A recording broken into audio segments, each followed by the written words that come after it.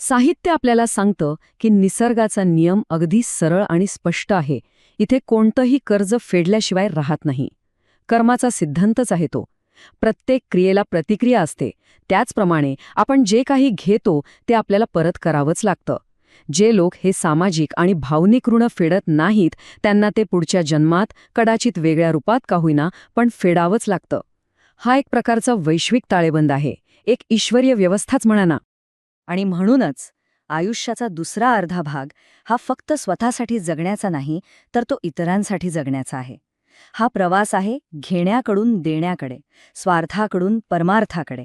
कारण आयुष्यभर फक्त मी माझं करत राहणं हे एका अर्थी आध्यात्मिक गुन्हा आणि सामाजिक दृष्टिकोनातून अनैतिक मानलं गेलं आहे.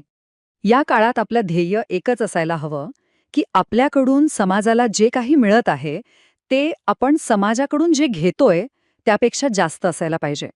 सोप्या भाषेत सांगायचं तर आपलं देणं हे घेण्यापेक्षा जास्त हवं, जेणेकरून ही जीवनयात्रा संपण्याआधी आपलं हे आध्यात्मिक खातं, तो हिशोब बरोबरीने पूर्ण होईल.